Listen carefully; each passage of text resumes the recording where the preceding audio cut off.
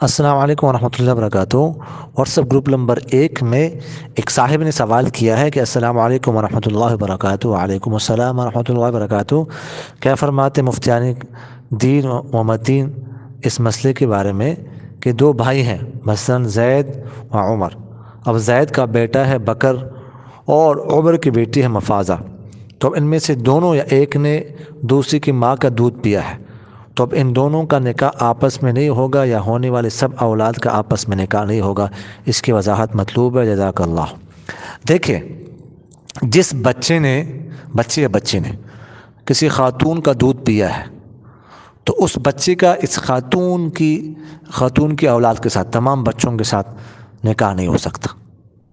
البتہ جس بچے نے دودھ پیا اس کے علاوہ جو اور اس کے بہن بھائی ہیں، ان کا نکاح اس خاتون کے بچوں کے ساتھ ہو سکتا ہے۔ تو یہ ذہن میں رکھیے گا۔ جزاکم اللہ خیر۔